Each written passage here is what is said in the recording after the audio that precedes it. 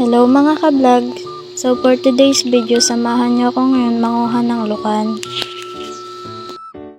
At ari nga guys, kasama ko ang aking tatay sa pangunguha ng lukan. Ayan, kita niyo naman, lalaki ng mga nakukuha niya guys. At tingnan niyo naman guys ang dadaanan ko. Sobrang hirap, sobrang daming tinik, tsaka ang putik. Pero para sa lukan, go na yan. At ari nga ang aming mga napanguha pa lamang, kakunti pa sa ngayon. Yan, tingnan nyo naman kung gaano kalalaki. Putik-putik pa ng kamay ko dyan guys. At ayun nga, ang papa, tuloy pa din sa panguha.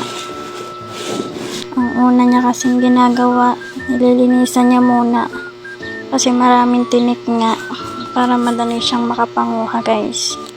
Tatayan na nga, hinagis ng papa sa akin yung isa na nakuha niya din doon. Yan, padila-dila pa ako dyan guys, kala mo naman talaga siyang nangunguha. At tingnan niyo naman kung gaano kaganda din ang matatanaw mo. Sarap talaga dito guys sa probinsya. Yan, ang aking kamay at paa, sobrang putik na. I-flex ko lang guys ang maganda kong muka, hindi joke. Ari nga ang naging itsura ko na din sobrang putik ko na talaga guys. Tingnan nyo naman kung gaano na ako putik din kung gaano na din kahagard.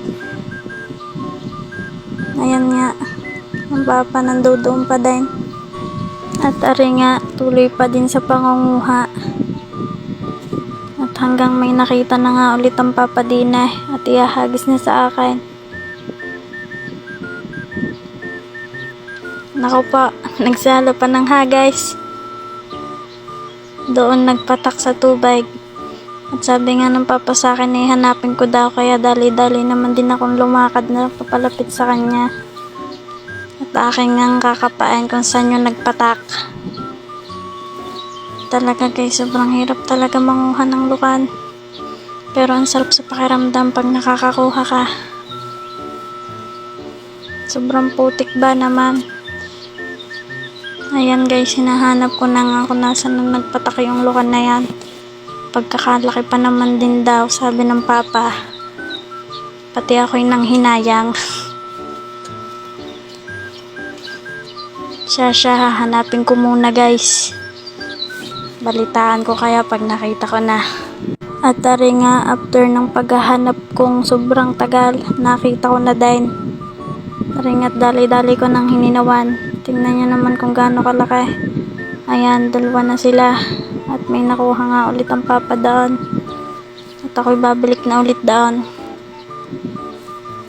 Para ilagay ang lukan doon sa may timba. Kanda hirap-hirap pa ako dyan guys. At sobrang putik nga ng daan. Ang dadaanan mo, sobrang tinik din. At ari nga, ililipat ko na ang timba dun sa may taas. Para pag may nakuha ang papa, madali-dali ko na itong may ilagay. Hindi na ako dadaan sa maputik na daan at matinik. Yan, lalagay muna natin doon. Para isang hagisan na laang.